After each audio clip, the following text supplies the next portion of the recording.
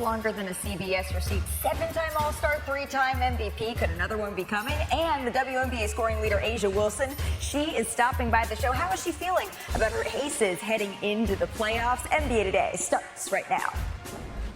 As for the NBA, all eyes are on New York today. The Board of Governors has convened, and the biggest story in the league right now is what will happen with Kawhi Leonard and the Clippers. Last week, the Pablo Torre Finds Out podcast reported that Kawhi had a $28 million no-show endorsement deal with the now bankrupt company Aspiration. Clipper Governor Steve Ballmer, he says the team has followed all league rules, and when he spoke with our Ramona Shelburne last week, said, quote, "I'd want the league to investigate and take it seriously." So today, we heard from NBA Commissioner Adam Silver for the first time on this. Let's take a listen together. When the podcast came out, it was news to me. I'd frankly never heard of the company Aspiration before, and I'd never heard a whiff of anything around an endorsement deal with Kawhi or anything around engagement with the Los Angeles Clippers. So it was all new to me. I heard it. I saw some of the follow-up information. We spoke internally. Rick Buchanan, our general counsel, is here, who oversees any investigations. Rick had a conversation with Steve Ballmer, and we quickly concluded this was something that rose to the level that necessitates an investigation. In fact, one that's done outside of our office. And Wachtell Lipton, New York law firm that we've used in the past for for investigations like this, is overseeing it. And again, I would also say I've been around the league long enough in different permutations of allegations and accusations that I'm a big believer in due process and fairness, and you need to now let the investigation run its course. The public at times reaches conclusions that later turn out to be completely false. And so I would want anybody else in the situation Mr. Ballmer is in now, or Kawhi Leonard for that matter, to be treated the same way I would want to be treated if people were making allegations against me. So the answer is we're not a court of law at the end of the day either, that we have broad authority to look at all information and to weigh it accordingly. So that was Adam Silver just moments ago. I'm joined now by a pair of NBA champions in Kendrick Perkins and Channing Frye, our #1 WNBA pick, Shanae Ogwumike, and our front office insider, Bobby Marks, to just sort of peel back the layers here. So, Bobby, I want to start with you. When you hear cap circumvention, because that's really what all of this comes down to, what alarm bells does that set off that is leading to now this investigation? Well, Malik, I think there's two cardinal sins when you look at the NBA. It's certainly gambling on games, and then when you look at salary cap circumvention, certainly what the Clippers are being accused of. I would warn, though, what the optics look like in the Clippers case and what the evidence might eventually prove could be two different things. And I certainly go back to my situation in Brooklyn in 2013 when we were investigated by an outside law firm for salary cap circumvention in the Andre Karolinko situation when we were exonerated here. And I think when you listen to the commissioner here, they're going to go through this, a thorough investigation. And if the Clippers are found, there'll be severe penalties here. But the one takeaway is that this could be a long investigation here as far as what the Clippers went through as far as some type of circumvention here. Yeah, this isn't a process that's necessarily going to reach its conclusion in the next couple of days or even weeks. It could be months. Perk, this is the first time we're hearing from NBA Commissioner Adam Silver on this, and I don't think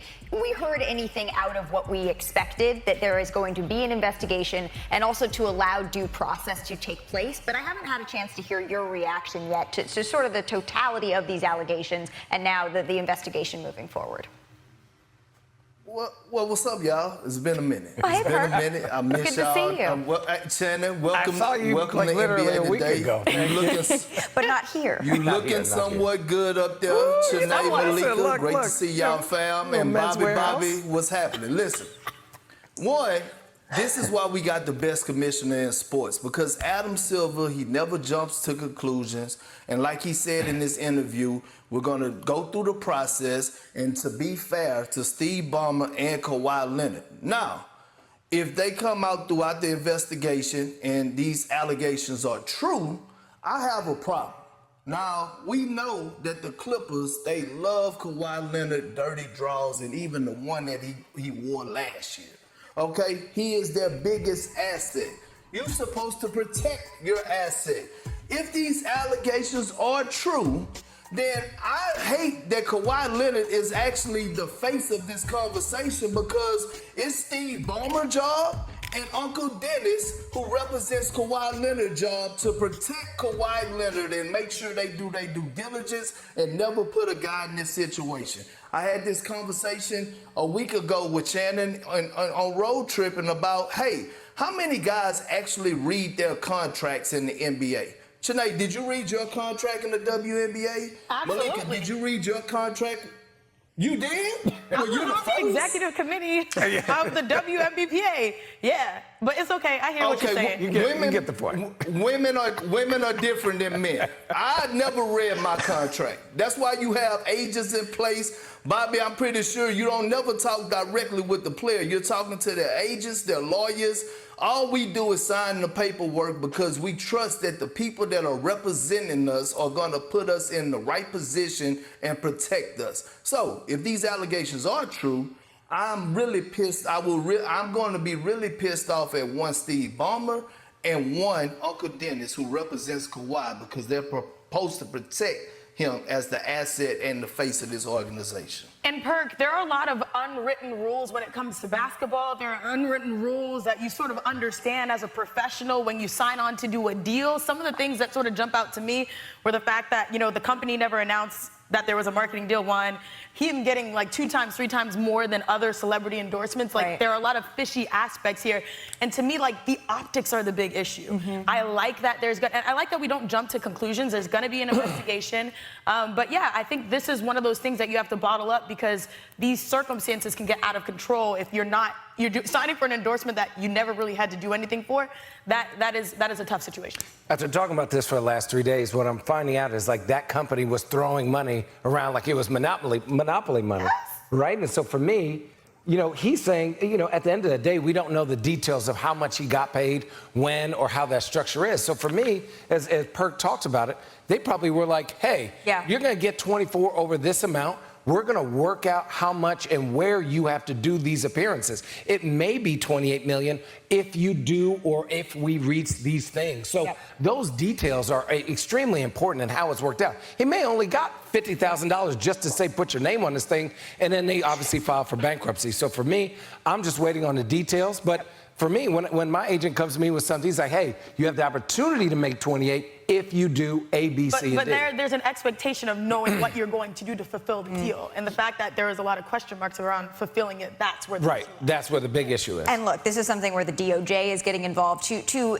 investigate the company aspiration and what exactly all was going on there. There are a lot of layers to all of this, and the Clippers and Steve Ballmer, they have denied vehemently any wrongdoing in all of this. And Adam Silver is saying, all right, let's let this due process play out. We will absolutely do that. But Bobby, there's a lot here to sort through. As fans at home are watching this and wondering what's the most important thing for us to watch and listen to, how should we feel today? Maybe as Shanae is saying, with so much information coming in and not a whole lot of solid facts, how should fans be walking away right now?